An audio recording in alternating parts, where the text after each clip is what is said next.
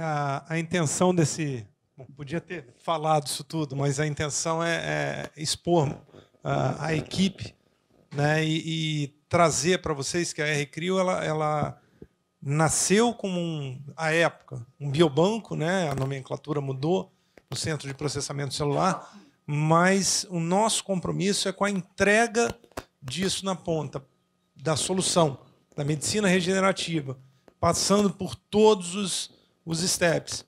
Então, no último encontro que nós tivemos, junto com o Dr. Raul, o professor Ramalho, enfim, eu passei uma ideia, né, um conceito, que é o de que como que essa entrega ela se faz, né? A sociedade primeiro traz a demanda, traz a dor.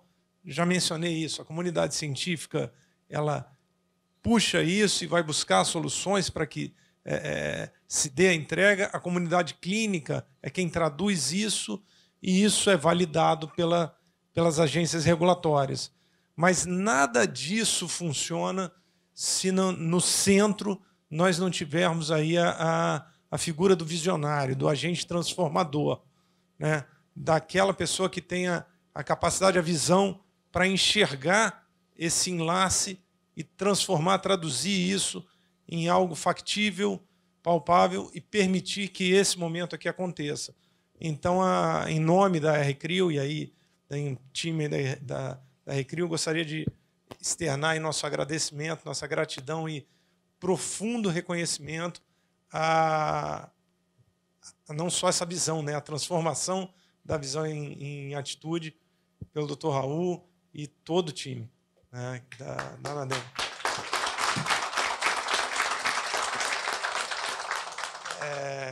E, se os senhores permitirem, fazer agora a minha conferência, e prometo ser o mais breve possível, para que a gente não invada aí muito tempo do almoço.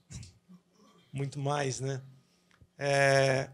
Bem, até ontem a apresentação era uma. Depois de tudo que foi visto, eu procurei dar uma mexida, porque o objetivo nesse final, eu acho que passa, em primeiro lugar, pela ideia de que toda construção clínica e científica ela deve ser crítica, né? A gente deve construir o pensamento com base nesse tipo de pleito, discussões profundas e coração e mente abertos para que a gente possa aprender, né? Já que todo mundo usou referências aqui, a ideia da eterna Cora Coralina, que sempre trouxe para a gente a frase do feliz daquele que aprende com quem ensina, né? Então, a gente está o tempo todo aberto ao aprendizado. Então, o que eu venho mostrar para vocês, vou tentar... Perdão, acho que... Deixa eu só voltar aqui. Né? A ideia de que nós nascemos como um centro de processamento celular, está fora ali e que nesse momento, a RCrio nasceu em 2013, o nosso objetivo era entregar o primeiro módulo do processo. A ideia da ciência etérea, aquele texto de final de trabalho, de pesquisa, de mestrado, de doutorado, enfim, de residência, precisamos continuar pesquisando, isso é óbvio, né? Isso é óbvio. Agora a gente precisa começar a entregar aquilo que é possível e começar uma construção a partir daí, uma construção de entregas, né? Então, o Centro de Processamento Celular ele nasceu dessa ideia, sempre baseado na validação anterior do processo, submetemos isso à patente, e quando se fala em patente, hoje ainda no Brasil parece algo tão distante, tão etéreo, a propriedade intelectual, e o quão isso é importante, né? Isso se traduz em colocar, parafraseando o professor Raul, a bunda na janela, né? A gente, olha, tenho aqui, eu sigo essa receita, é isso que nós fazemos e vamos adiante, vamos evoluir. Então a Recrio nasceu aqui, né, com essa sequência de eventos, de processos, olhando naquele momento para o dente de leite como uma fonte para guarda desse tesouro, dessas células-tronco. Por que o dente de leite naquele momento? Primeiro, porque, veja bem, a Recrio nasceu em 2013. O regulatório que nós tínhamos à mão naquele momento, ele colocava todo mundo dentro de um mesmo saco. Banco de sêmen, banco de sangue, então não havia uma distinção, né? E a gente precisava trabalhar com uma fonte a mais segura possível, né? A mais assertiva, a menos invasiva. Então a gente está falando de um órgão que está fadado à perda, né? Carregando com ele um grande tesouro. E quando a gente fala em grande tesouro, a gente tem que olhar para alguns aspectos. Primeiro, a idade cronológica daquele tesouro. Então, a célula-tronco, como mais jovem, eu compartilhei alguns artigos, não sei se já chegaram para os senhores, devem chegar algumas referências que a Paloma ficou de compartilhar, sobre a questão da senescência celular, do envelhecimento da célula, né, e as influências que isso traz, olhando para a célula de gordura. Mas, de um modo geral, a idade cronológica da célula, do indivíduo jovem, né, a idade, a origem embriológica dessa célula, né, o dente, ele tem a sua origem embriológica por folhetos diversos, ectomesenquimal. Então, a capacidade potencial, versatilidade dessa célula para se diferenciar é imensa, né? Sendo extremamente jovem e originada a partir de crista neural. Então, quanta coisa positiva num órgão que vai ser jogado no lixo, que vai ser perdido, né? Entregue para a fada, né? Então, por que não aproveitar isso? Por que não tratar isso de uma maneira diferente? Então, nascemos naquele momento com esse propósito. Mas fomos entendendo e fomos avançando, né? Ciência, comunidade clínica, comunidade científica, agência regulatória, fomos entendendo que era possível irmos além, né? Nós, adultos, temos fontes de células-tronco, sim, envelhecidas, sim, com potencial diminuído, sim, mas ainda assim viáveis para uma série de questões, de condições que precisam ser tratadas, que precisam ser pesquisadas, investigadas, para que a gente possa fazer a melhor entrega possível, né? Então, é aquilo que eu falei há pouco, imputar culpa ou mérito à célula. Não, a célula é uma ferramenta dentro do universo da medicina regenerativa. Nos cabe, enquanto centro de processamento celular, cuidar da melhor forma possível dessa ferramenta para que ela seja entregue em condição de uso. E a Resolução 214 de 2018 exatamente, ela traz isso. Ela define as regras para que nós cuidemos dessas células, qualquer que seja a fonte, né, entregando essa célula em condição de uso em humano.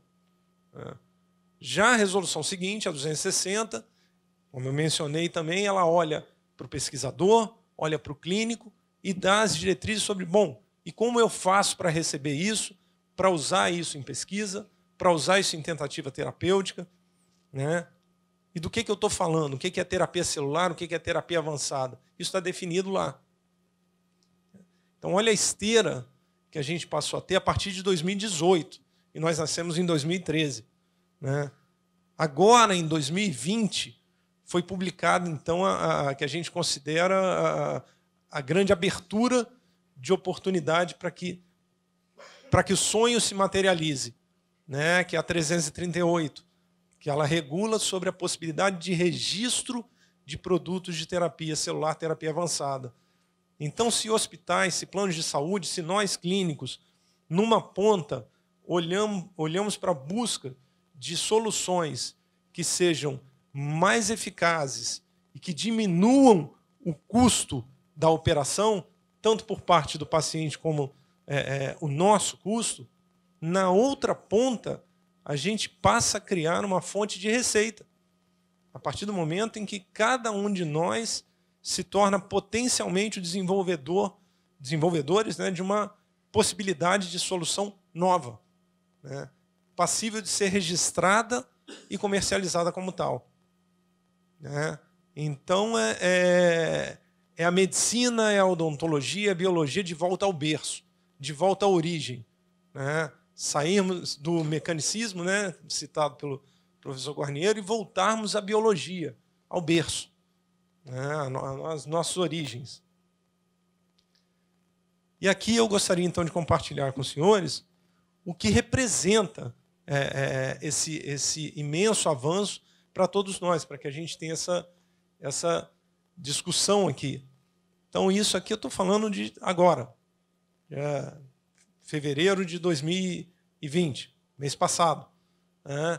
Então, João Batista, um farmacêutico, está à frente desse projeto, dessa resolução, lembrando que todas essas resoluções elas passaram previamente por consulta pública, nós participamos de cada uma delas, levando as nossas contribuições, assim como muitos outros, né, para que pudessem ser avaliadas, validadas ou não, né, e a gente foi construindo isso com muito esforço, muito empenho, né?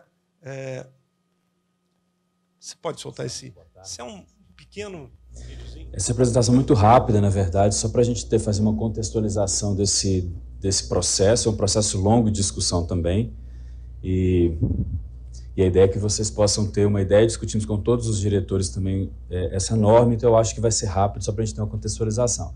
Bem, então a norma trata do registro de terapias avançadas de origem humana e da outras providências. Esse é um processo, eu vou me abster dos conceitos, porque a gente já vem discutindo esses conceitos em outras normativas muito próximas, mas de qualquer forma, a ideia é de que a gente está trabalhando aqui com uma tecnologia disruptiva e inovadora, e que foi muito importante a participação de todos os diretores, da Procuradoria, para a gente conseguir chegar nessa norma e fazer essa proposta para vocês hoje. Aqui está a característica do processo. Um contexto desse produto, né? Apesar de a gente estar falando de uma tecnologia muito inovadora, a gente já tem mais ou menos mapeado 1.052 clinical trials para esses produtos. Eu estou falando de produtos aqui de terapia gênica, de tecidos que foram engenheirados, né? Engenharia de tecidos, terapia celular avançada, e que são produtos promissores no mundo. A gente tem observado na literatura em outras agências e no desenvolvimento científico que esses produtos são promissores, inclusive para doenças sem alternativas terapêuticas e muitas vezes doenças raras, né? No Brasil, depois da publicação da RDC 260 de ensaios clínicos, nós recebemos 13 ensaios clínicos, 8 já foram aprovados, estão em monitoramento pela Anvisa, 2 foram indeferidos e 3 estão em análise para poder iniciar os ensaios clínicos no Brasil. Com relação ao registro, eu trouxe esse slide aqui, da Alliance Regenerative Medicine. Eles têm fazem um monitoramento de registro no mundo, a gente vê que são poucos registros no mundo, né? E a gente está com 2 produtos aqui aguardando a normativa para a gente finalizar o registro. São produtos para distrofia de retina hereditária e um produto para distrofia muscular espinal, que são produtos importantes para a sociedade brasileira, e essa norma acho que vai dar toda uma segurança jurídica para a gente possa aprovar esses produtos no país. E eu vou chamar a atenção e entrar para o rol de países que são países hoje que têm condição de receber esses produtos, são países que têm uma agência reguladora ou têm mecanismos regulatórios capazes de receber esses produtos tão inovadores. Do ponto de vista de proposta, né? Essa proposta ela inicia, na verdade, essa discussão toda inicia em 2012, quando a Anvisa, em parceria com outras agências reguladoras, começaram a perceber a necessidade de discutir isso. Então, em 2012, nós começamos a fazer um grande projeto onde a gente precisava discutir as boas práticas, o ensaio clínico, o registro e todo um arcabouço regulatório para receber esses produtos no país. Então, tivemos uma ampla participação na discussão dessas propostas. Internamente, a GSTSO, que é a Gerência de Sangue, Tecidos, Células e Órgãos, assumiu esse projeto, né? Mas a gente teve uma participação aí de todas as áreas da Anvisa, áreas meio, como a Plan, a INT, né, a GGREG, enfim, e áreas que que tem muito a ver com processos como a GFIS, GPAF, GGMON, GPBio, enfim, várias áreas a participar desse processo. Com relação a conhecimento técnico, foi muito importante quando a Anvisa, em 2016, criou a Câmara Técnica de Produtos de Terapia Avançada. A Câmara Técnica é composta por especialistas, né, no Brasil, especialistas em terapia gênica, em terapia celular, que foi muito importante para esse processo ter a robustez que ele tem hoje.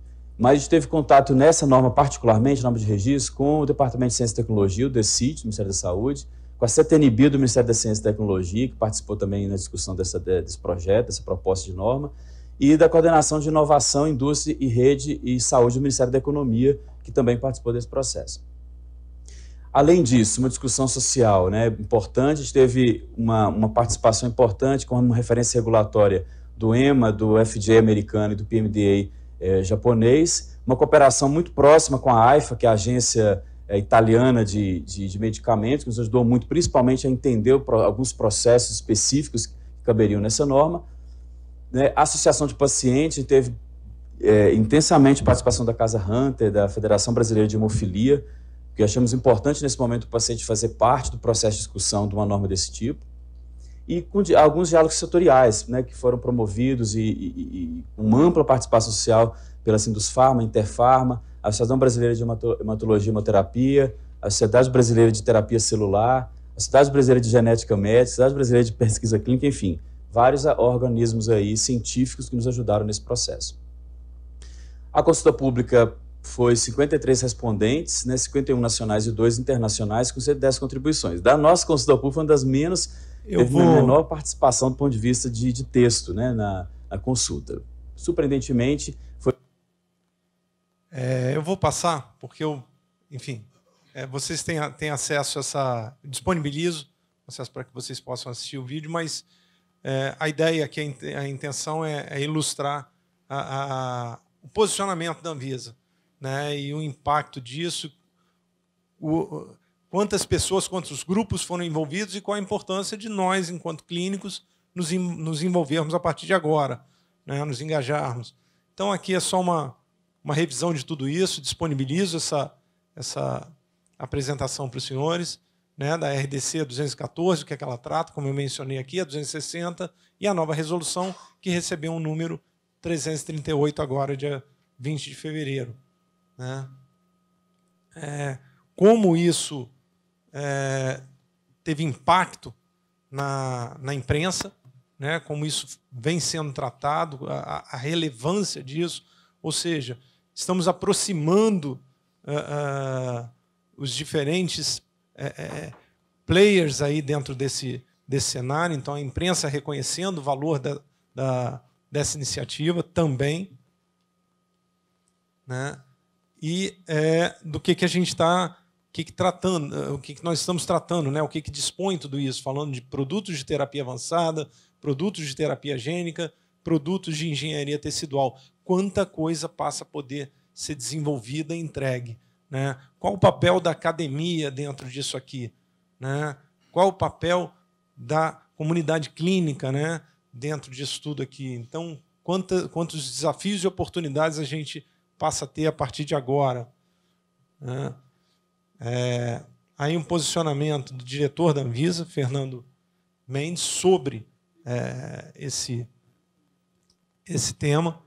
Então, mostrando um entusiasmo, mas um entusiasmo fundamentado, né, com responsabilidade, que a gente vem enxergando por parte de uma Anvisa que, por muitas vezes, foi tão criticada por todos nós, né, por impedir os avanços, e agora tendo um posicionamento realmente de vanguarda, né. Há muito ainda a caminhar, muito a percorrer, a gente ainda tem a barreira das importações, né? Muita coisa foi dita aqui, poxa, mas eu tenho... Falou-se aqui algo não aprovado pela Anvisa, não estou me recordando, mas a gente tem meio de cultura não aprovado na Anvisa, equipamento não aprovado na Anvisa, mas você não tem uma solução alternativa, né? O que usar, então, que tenha o selo? Então, há muito ainda a caminhar, muito a avançar, mas isso só vai acontecer se houver o empenho de todos nós, Se houver um envolvimento de todos nós, deixar que isso venha por geração espontânea não vai acontecer, né? Aqui só para ilustrar o que podemos esperar, então. Então aqui vale a pena a gente ler: destaque nacional de laboratórios especializados em processo e entrega de material para terapias. Ou seja, agora nos cabe colocar essa régua alta, né? Então a RCRIO, como bem disse o colega Cabral, ela não vai ser a única. E quando a gente tem o chamado Oceano Azul, diminui muito o nosso esforço se houverem outros players no mercado. Todos conseguimos crescer e crescer juntos. Agora, é importante que nós estejamos alinhados em relação ao padrão, né? Ao que a gente tem a oferecer. E aí o que cabe do nosso lado enquanto centro de processamento celular, né? Do lado de vocês enquanto pesquisadores clínicos, a sociedade do seu lado, exigir, né? Nós exigirmos e fiscalizarmos esse modelo, né? Colocarmos essa régua mais alto possível. Novos ensaios clínicos feitos completamente no Brasil por conta do incentivo da Anvisa ao colocar estes na categoria prioritária de registro. Então, a partir de agora, e parece que tudo converge, tudo acontece no mesmo momento, né? A taxa de juros como está, então a possibilidade da gente ter uma relação entre iniciativa privada, pesquisadores, para o desenvolvimento, olhando para a entrega, né? Ciência comprometida com a entrega, né? Aplicada. E a gente tem incentivo, de fato, para isso, amparado por um regulatório forte, né? E reconhecido. Eu costumo dizer que no Brasil, hoje, a gente vive um momento ímpar, né? O Brasil é um país que respeita a propriedade intelectual, né? A gente tem um RH para pesquisa e desenvolvimento altamente qualificado, muito mais barato do que se a gente for pensar no mercado internacional, né? Fazendo pesquisa nos Estados Unidos, a gente sabe que é muito mais caro. A gente tem casuística aqui no Brasil, né? Então, o ambiente, faltava aqui o quê? Um regulatório e uma confiança econômica e política que permitisse a gente avançar. E estamos caminhando nessa direção. Então, o ambiente está ficando bom para avançarmos, né? Centro de terapia celular, a RCRIO não é um centro de terapia, é um centro de processamento. O nosso papel ali é cuidar do tesouro para que ele possa ser aplicado dentro do centro de terapia. A gente precisa disso, né? Importação e exportação, esse é um grande desafio de produtos de terapia avançada. A gente ainda vive aí o desafio da alfândega, né, de quando isso chega e a perda desses materiais por prazo, enfim. Ainda precisamos avançar muito aqui. Mercado de investimento e mercado de patentes com maior atenção para desenvolvimento de produtos de terapia avançada, startups e laboratórios. Então, o reconhecimento da propriedade intelectual como algo de valor, né, a gente entender que publicar é muito bom, é muito importante, tá? Mas a gente fazer com que aquilo que é desenvolvido no nosso país tenha valor internacional, valor de mercado, através da propriedade intelectual, isso é fundamental. Esse reconhecimento também é importante, né?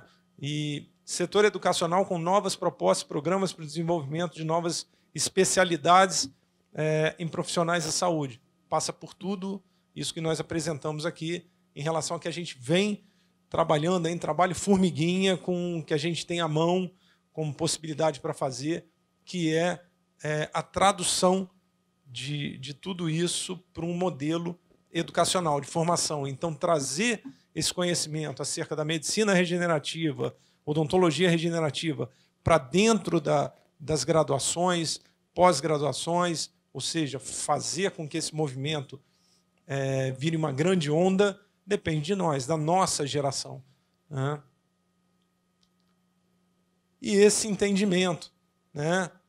Bom, o regulatório deu ok, o científico vem pesquisando, mas a gente está falando de um universo que, no frigir dos ovos, ele cuida dessa tríade aqui, né? Quando a gente fala em medicina regenerativa, a gente está falando sobre um tripé, né?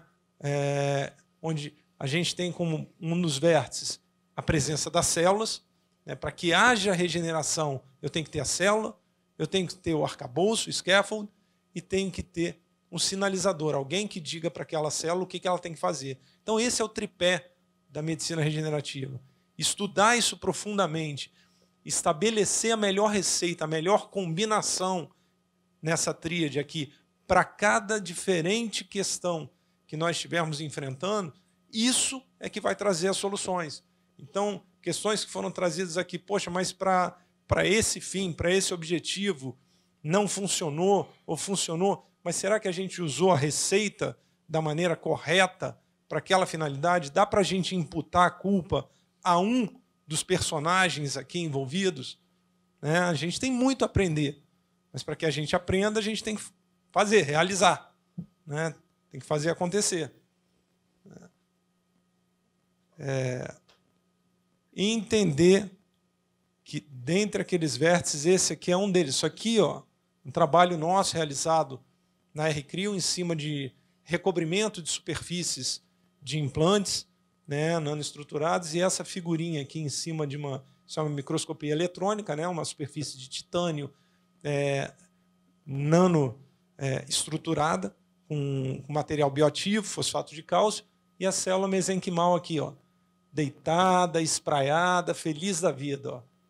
Então, a gente começar a enxergar o desenvolvimento no sentido contrário.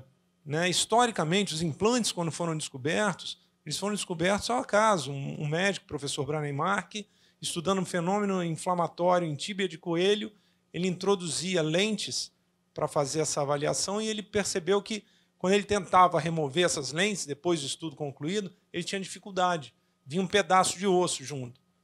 Então, ali ele teve a sacada. Pô, esse material aqui ele se integra ao osso.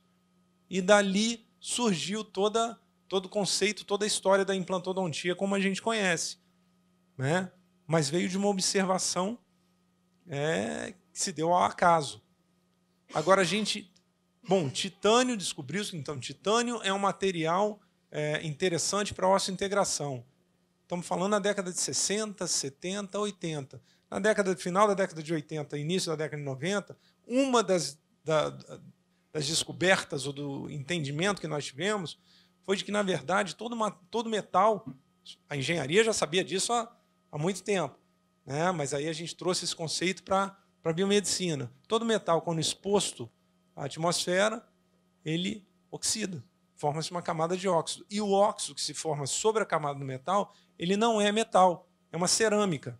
Então, na verdade, quem estabelece a relação de osso-integração, de integração com osso, não é o metal, é a cerâmica. Então, a gente começou a entender nuances no processo.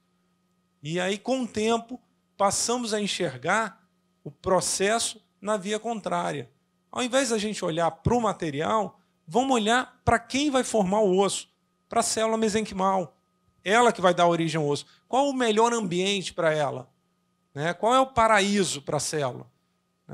É uma estrutura macrométrica, micrométrica, nanométrica. Por que nanométrica?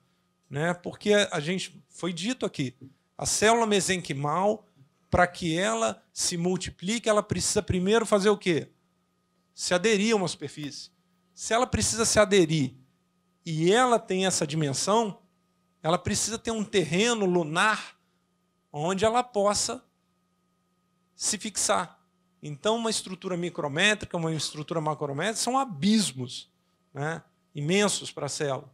Então, o ambiente não é fácil. Então, quando a gente começa a olhar a construção no sentido contrário, passamos a ser muito mais assertivos. Né? Então, toda essa evolução regulatória científica vem nos permitindo também passar a ter um outro olhar. Aqui, essas são as referências que eu compartilhei com os senhores, né, as incluí ontem, que são referências que tratam da influência da idade, né, da senescência, do envelhecimento celular, olhando para tecido adiposo, sobre a resposta dessas células, né? Então, há uma influência, sim. Quanto mais jovem a célula for, melhor será a sua resposta, né? Então, o melhor momento para a guarda das minhas células, hoje, né? E aquilo que bem disse Dr. Raul, daqui a 10 anos, daqui a 20 anos, certamente eu terei muita saudade das minhas células hoje. A penicilina, quando foi apresentada a todos nós, em 29, ela foi criada para um determinado fim. Para quantas coisas ela foi aplicada na sequência até hoje e que na época nem se imaginava, né? Então a gente não pode fechar os olhos a isso, né? As células tronco ainda não trazem respostas em termos de aplicação para tudo que se pretende, ou ainda que para uma fração pequena daquilo que se pretende enquanto terapia. Mas a gente já tem conhecimento suficiente acerca do potencial que essa ferramenta da medicina regenerativa traz com ela. E a gente precisa tratar isso com a devida importância, com o devido valor. Esse é o nosso papel enquanto promotores de saúde, médicos, dentistas, enfim, né? Promotores de saúde, não tratadores de doenças, né? Aqui seguem as referências que eu compartilhei. Aqui, só para fazer quanto a gente... E aí, professor Guarniero, compartilhar aqui um pouquinho do e-mail, externar a nossa gratidão aqui publicamente ao professor Roberto Guarniero, que nos abriu espaço para que a gente pudesse fazer ciência de verdade, usando o nosso conhecimento embarcado na área de engenharia, com o enorme conhecimento que eles trazem, o professor traz na área aplicada, né, e básica também. E aqui o desenvolvimento de um hidrogel termosensível, um biomaterial, né, que funciona ao contrário da gelatina, né? Então, imagine que ele frio, resfriado, ele esteja na forma líquida, né, e a temperatura ambiente ele geleifique, né? Para algumas condições, como nesse caso para o qual esse material foi desenvolvido, eu preciso injetar as células. Trabalho experimental em animais. Preciso injetar essas células. Mas como eu levo essas células aonde eu preciso delas, né? Qual o veículo para isso? Então, com base nessa dor, nós fomos para a bancada, para o laboratório que os senhores vão ter a possibilidade de conhecer. E aí, através de 2 colegas que não estão aqui, mas que são do time, né? O Daniel, e estava aqui ontem, e o Rubens não está mais conosco, mas são 2 colegas egressos da Escola de Engenharia. Eles trabalharam, quebraram a cabeça e desenvolveram esse hidrogel enriquecido com nanopartículas de hidroxiapatita. E por que essas nanopartículas? Mais uma vez, o entendimento do ambiente ideal para quem? Para a célula. A célula precisa, mais uma vez, se aderir, se acomodar a uma superfície. Então, se eu enriqueço esse hidrogel com nanocristais de hidroxiapatita, eu estou criando um solo para as células, né? Esse hidrogel resfriado eu consigo injetar, permitir que ele tenha fluxo, chegue aonde se pretende, ali ele vai estar a temperatura do corpo, 37 graus, ele geleifica, né? Ele não pode se geleificar a ponto de aprisionar a célula, então a bioengenharia, mais uma vez, nos permite chegar a um melhor modelo para que essa célula possa sair e desempenhar o seu papel, e a gente vem buscando resultados com isso, em relação à medicina regenerativa, de fato, na ponta, entrega, né? Então, aqui o desenvolvimento da engenharia, e aqui, só para ilustrar, como a resposta é bacana. Gente, quando a gente tem aqui os melhores resultados, né? O biomaterial, né, associado à célula em um meio basal, um meio sem indução, biomaterial, aí entenda-se o hidrogel, né? o hidrogel associado às células-tronco em meio basal, olha como é que a gente tem uma indução osteogênica no local, porque a gente quer formação de tecido ósseo. Semelhante ao resultado que a gente tem quando a gente associa o biomaterial, as células e o meio com indutor, para a indução osteogênica. Então, respostas semelhantes. Então, mostrando aí o potencial, a capacidade das células e a efetividade do biomaterial associado. Então, é ter esse compromisso. Eu tomei a liberdade de pedir autorização ao professor Guarneiro para passar um videozinho curto. Você pode soltar com volume? Nós vamos apresentar um caso de uma pseudoartrose congênita da clavícula, em que foi utilizado uma terapia avançada de enxertia óssea com células da polpa dentária da criança.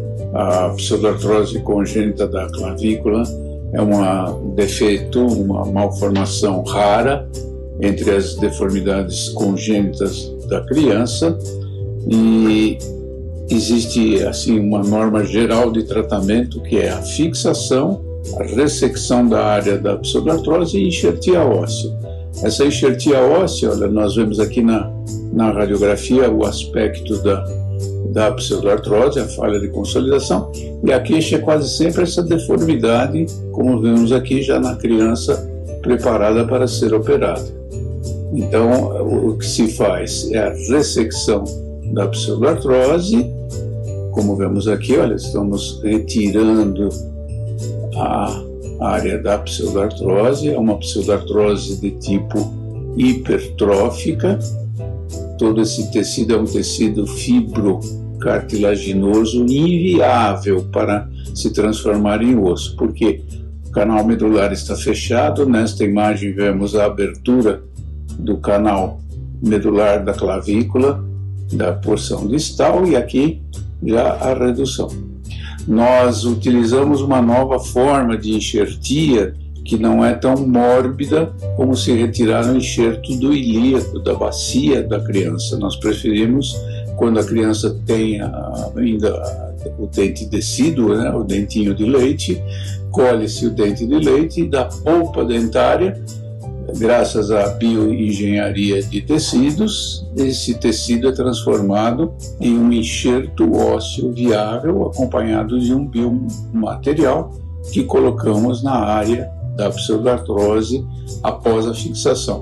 A melhor fixação é feita com uma placa metálica e geralmente com 4 parafusos, 2 proximais e 2 distais.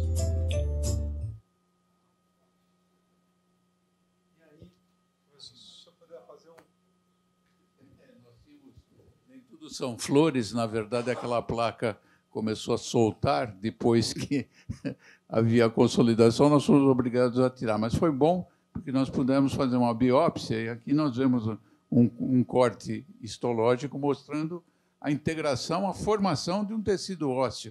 Pena que não deu tempo de colocar a lâmina anterior daquele material que foi retirado da área da pseudoartrose, em que se via não havia nenhuma célula osteogênica, nenhum osteoblasto, não havia osteocito, realmente era só fibroblastos e poucos também condroblastos. Vocês sabem que a clavícula tem uma ossificação de tipo misto, né?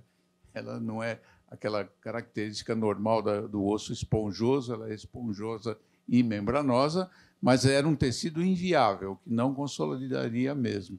Essa afecção ainda é mais rara, que a gente comentou ontem, da pseudoartrose congênita da tíbia, mas foi um resultado muito feliz, porque é uma menina, os senhores viram, 7 anos, e se nós fôssemos fazer a metodologia tradicional com o gold standard, que seria o enxerto ósseo da crista ilíaca, nós iríamos prejudicar, inclusive, o crescimento da hemibacia dessa criança, ou, às vezes, que você precisasse tirar dos 2 ossos ilíacos. Então, é uma estratégia técnica, acho que muito interessante, inclusive, como foi mencionado ontem, né, da área, a Daniela mostrou bastante a dor da área doadora do enxerto, dói no adulto, dói na criança e dói realmente. Então, é uma estratégia muito boa e o dentinho de leite foi colhido. Nós tivemos que esperar, por causa da cultura, e esperar que ela ficasse um pouquinho maior também, mas levou. A célula foi cultivada quase um ano, né, no laboratório da Daniela, lá no Sírio, e na sequência, quando a clavícula já estava um pouco maior, viável de receber a osteossíntese metálica e o enxerto, aí foi operado. E, por sorte ou azar, nós tivemos que fazer essa retirada da placa e, por sorte, temos essa biópsia que comprova realmente a formação. Um tecido ósseo sensacional, né? Foi mais ou menos 4 meses em relação ao filme da cirurgia, foi quando a gente retirou a placa. Ou seja, a gente não está falando aqui de uma terapia consolidada, mas a gente está falando de um passo fundamental dado para que a gente evolua nessa direção. E outros fins. Ontem foi mencionado também aí, sobre a importância a gente entender que a célula pode também não ser a solução para muitos problemas, quando a gente pensa no uso halogênico, principalmente, né, entre indivíduos distintos. Mas porções das células, como as microvesículas, os exossomos, podem fazer muito sentido, né? Então, a gente sabe, por exemplo, que as drogas utilizadas em doenças neurodegenerativas para efeito em sistema nervoso central, elas têm uma dificuldade muito grande para vencer a barreira hematoencefálica. Então, quando a gente passa a entender que os exossomos podem ser um carreador para isso, podem ser um meio de transporte para atravessar essa barreira para diversos outros fins que vão da medicina regenerativa à cosmética, né, a gente passa a ter uma outra visão. Só para ilustrar aqui, se a gente fizer uma rápida busca no Clinical Trials, a gente vai ver aí aproximadamente 51 resultados de estudos para tratamentos dos mais diversos, utilizando fatores celulares, exossomas e vesículas, e não a célula na sua totalidade, né? Então, existe uma linha enorme de pesquisas sendo feitas usando frações da célula, inclusive associação, células-tronco envelhecidas associadas a exossomos capazes de induzir o rejuvenescimento dessas células. Então, muita coisa sendo conduzida nesse processo. Eu compartilho com vocês, deixo à disposição a apresentação, né? Quando a gente olha para a cosmética, que a gente tratou ontem, só como observação, né, os exossomos isolados a partir de células-tronco mesenquimais têm demonstrado um potencial importante no processo de rejuvenescimento e tratamento de lesões de pele, sendo capazes de ativar diversas vias de sinalização, uma vez que é esse o papel do exossoma e da vesícula. São fatores de comunicação, né, entre as células, de sinalização, favoráveis ao processo regenerativo, além do crescimento celular, ao serem absorvidos pela pele humana, promovendo, sim, a síntese de colágeno tipo 1, elastina de pele, que são considerados essenciais no processo de rejuvenescimento. Quando a gente vai para a área aí da alopécia, enfim, muitas biomoléculas transportadas pelas vesículas estão envolvidas no ciclo folicular do cabelo e na função das células-tronco.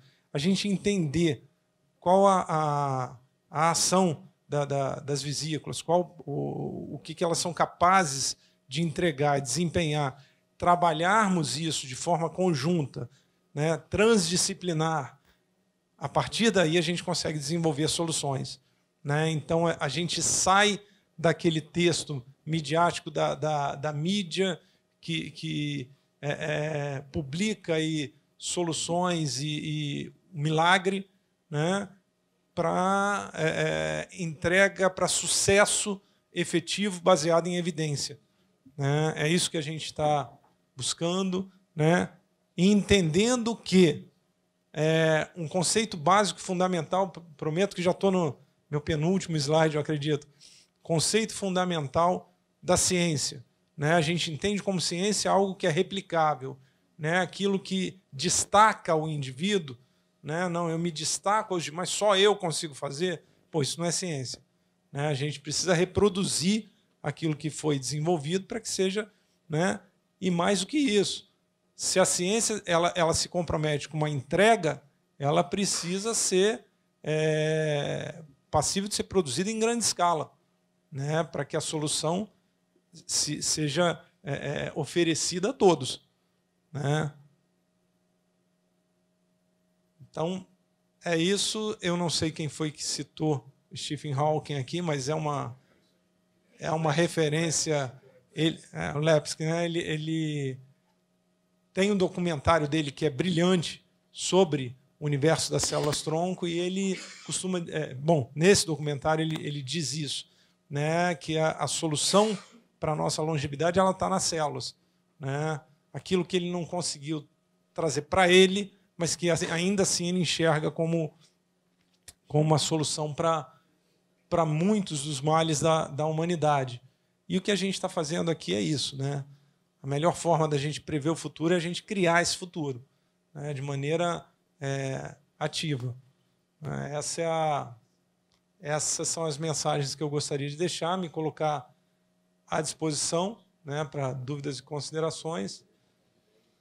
E fica aí, mais uma vez, meu muito obrigado. O conferencista que te sucede é muito forte, viu?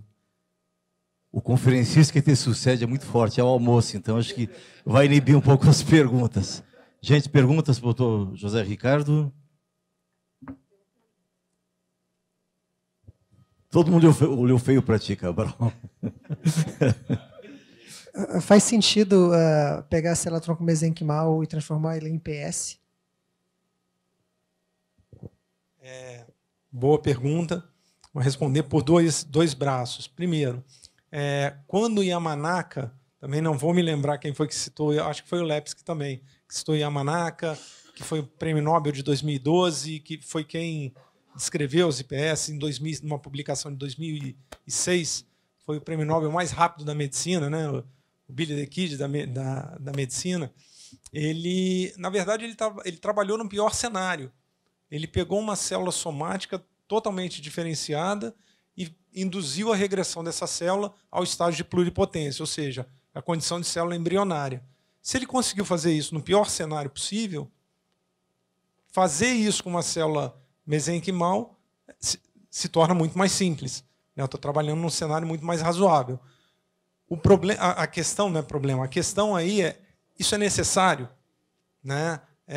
O que trabalhos recentes vêm demonstrando, em comparativo, né? IPS induzidas a partir de células mesenquimais comparadas a células mesenquimais, é que não. Né? Que não há essa necessidade, desde que você esteja trabalhando para aquela linhagem para a qual ela tem competência para se diferenciar. Né? Esperar que uma célula mesenquimal sem indução se diferencie em uma célula sanguínea, aí não, aí você está jogando para uma ponta que não é a daquela célula. Né? Então, não sei se ficou claro aí. Entender um pouco mais. A ideia inicial em relação ao uso cosmético das células, né, pluripotentes, das células tronco. Só que aí me veio o questionamento hoje, depois da aula do Guilherme, da sua aula, na idade de você fazer um biobanco, ou seja, de você retirar a gordura do paciente, uma célula mesenquimal, e armazenar. Se um dia ele precisar para uma coisa que pode ser não estética e não será estética, provavelmente, ele já tem ali uma célula mais jovem que foi tirada numa época que ele fez a sua cirurgia, a sua lipoaspiração. Então, a ideia que eu... Ideia não, mas assim, coloca assim, todo paciente que eu vou fazer uma lipoaspiração hoje, então amanhã, segunda-feira, eu vou fazer uma lipoaspiração na paciente de 20 anos. Eu vou, entre aspas, vender para ela a ideia que eu vou coletar essa gordura dela e vou mandar para a R-Cryo e ela vai ficar lá. Se um dia, se acontecer alguma coisa, ela já tem esse material armazenado, independente se eu vá utilizá-lo ou não do ponto de vista estético, mas sim do ponto de vista de saúde. Isso é uma verdade, pelo que eu entendi. Isso. Agora, uma dúvida. O volume disso. Vamos imaginar que eu não queira estragar um tratamento neurológico ou outro no futuro dela, mas quero usar daqui um mês um pouquinho de célula-tronco para eu fazer um preenchimento facial. Quanto que eu tenho... Só voltando a esse assunto de quanto que eu tenho que tirar. Independe, você consegue replicar o quanto você tiver, ou se eu for usar daqui um mês para fazer hialurônico, daqui 3 meses de novo, aí daqui 10 anos, se ela tiver um problema neurológico, eu preciso tirar volumes diferentes ou eu tiro uma vez só um volume único? Vou trazer a história do dente para fazer. O dente, mais uma vez, ele é uma fonte, a polpa do dente de leite é uma fonte de pouquíssima quantidade de célula. E dali a gente consegue expandir a números excelentes. E a gente faz, aguarda aí um protocolo da RCRIO, aliás, 2 coisas que nós fazemos que são importantes, hoje entendidas como diferenciais. Uma delas é que a gente armazena para cada um dos nossos clientes 4 vials, 4 criotubos, cada um com 1,5 milhão de células, 1 milhão e meio aproximadamente em terceira, quarta passagem. Então, houve a necessidade, eu vou descongelar um criotubo. Dali eu posso expandir, diferenciar, fazer o que eu quiser. O que acontece é que sempre esse criotubo, eu usei, vamos imaginar que eu tenho usado uma fração dele. Eu vou congelar de novo. Existe uma questão que é, sempre que eu congelo a célula e descongelo, ela perde viabilidade. Esse foi um questionamento que eu recebi no início da RCRIO em relação ao nosso protocolo. Pô, mas como é que você me garante que esse material que você congelou está viável, como o Lepsky comentou, né? Não teve nenhuma alteração e não perdeu viabilidade, né? O que nós fazemos? Qual é o nosso protocolo na RCRIO? Vocês já vou economizar um tempo lá, né? A gente promove o crescimento celular, né, a expansão, e essas passagens são as trocas a célula de ambiente da célula. Ela começa a crescer numa garrafa pequenininha e a gente vai aumentando essas garrafas até a garrafa de 75, e aí nessa garrafa de 75 a gente divide o crescimento dessas células, que formam um tapete, né, nas garrafas, em 2 garrafas. Uma delas vai gerar conteúdo para eu distribuir nesses 4 vials, né, e colocar esses vials em quarentena, enquanto que a outra garrafa vai gerar conteúdo celular para avaliação, para o controle de qualidade, quantitativo e qualitativo, né? Então, esse controle de qualidade ele prevê 5 ensaios. Quais são os testes que a gente realiza hoje na RCRIO? Né? Primeiro, de esterilidade, a contaminação que também foi mencionada aqui, né? Então, desde a chegada do material ao laboratório, o início da digestão da gordura, ou enfim, todo o processo enzimático que vem acontecer, já há um tratamento com antibiótico, com tudo isso, e, enfim, para que e o ambiente onde é feito, realizado o processo em sala limpa, ISO 7, um ambiente ISO 5 dentro de fluxo laminar. Então, esse é o primeiro ensaio. O segundo é um ensaio de viabilidade e contagem. Então, eu vou avaliar quantas células eu vou criopreservar e quantas estão vivas. A gente trabalha hoje na RCRIO com 98% de viabilidade celular, né? O terceiro ensaio é um ensaio genético, né? Então, nós avaliamos se após esse crescimento, se não houve comprometimento genético da célula. Então, a avaliação da integridade genética, cromossomial. O quarto é um ensaio de indução à multipotência, aquele que foi apresentado. A gente induz ela para entender que o potencial dela para se diferenciar está preservado. E o quinto é a imunofenotipagem, pela citometria de fluxo, que é o dizer que aquela célula, aquele cara de óculos, com laser tal, com essas características, é o Zé Ricardo, não é outra pessoa. Ela é uma célula mesenquimal e não outra coisa. O diferencial é que esses testes eles são feitos depois que eu congelo essa garrafa e descongelo. Então, eu tenho a história dela no mesmo tempo biológico, momento biológico, daquelas que foram para a quarentena. Então, o texto acerca da perda de viabilidade não se vale para o modelo que a gente... Se é para colher células quanto mais jovens, vocês estão trabalhando com criopreservação do cordão umbilical?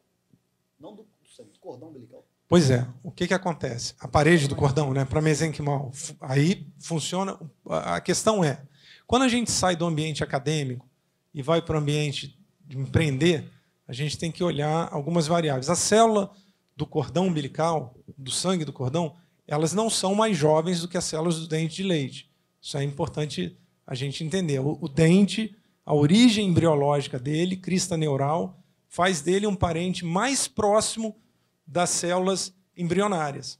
Tá? Então, nesse caso, a idade do indivíduo não é o fator preponderante, mas a origem embriológica da célula. Esse é um ponto.